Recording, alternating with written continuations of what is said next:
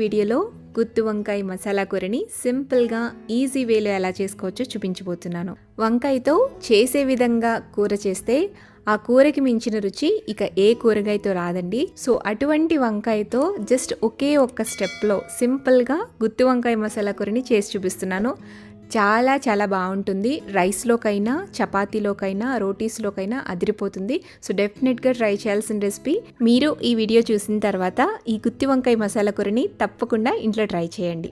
ఈ కర్రీ తయారు చేసుకోవడానికి ఫస్ట్ నేను ఇక్కడ 1/2 kg దాకా మువ్వ వంకాయలు తీసుకున్నానండి. ఈ వంకాయల్ని 4 పచ్చాల కింద కట్ చేసి ఉప్పు నీళ్ళల్లో వేసి వాష్ చేసుకోవాలి. ఇప్పుడు స్టవ్ మీద కడాయిని పెట్టుకుని అందులోకి 1 టేబుల్ స్పూన్ దాకా ఆయిల్ వేసుకోండి. ఆయిల్ కొంచెం హీట్ అయ్యాక ఇందులోకి మనం కడిగి పెట్టుకున్న వంకాయల్ని వేసేసి మూత పెట్టి మధ్య మధ్యలో కదుపుకుంటూ ఈ వంకాయ ముక్కలు కొంచెం సాఫ్ట్గా మగ్గేంత వరకు కుక్ చేసుకోవాలి. ఒక 10 నిమిషాల దాకా టైం పడుతుందండి. So 10 minutes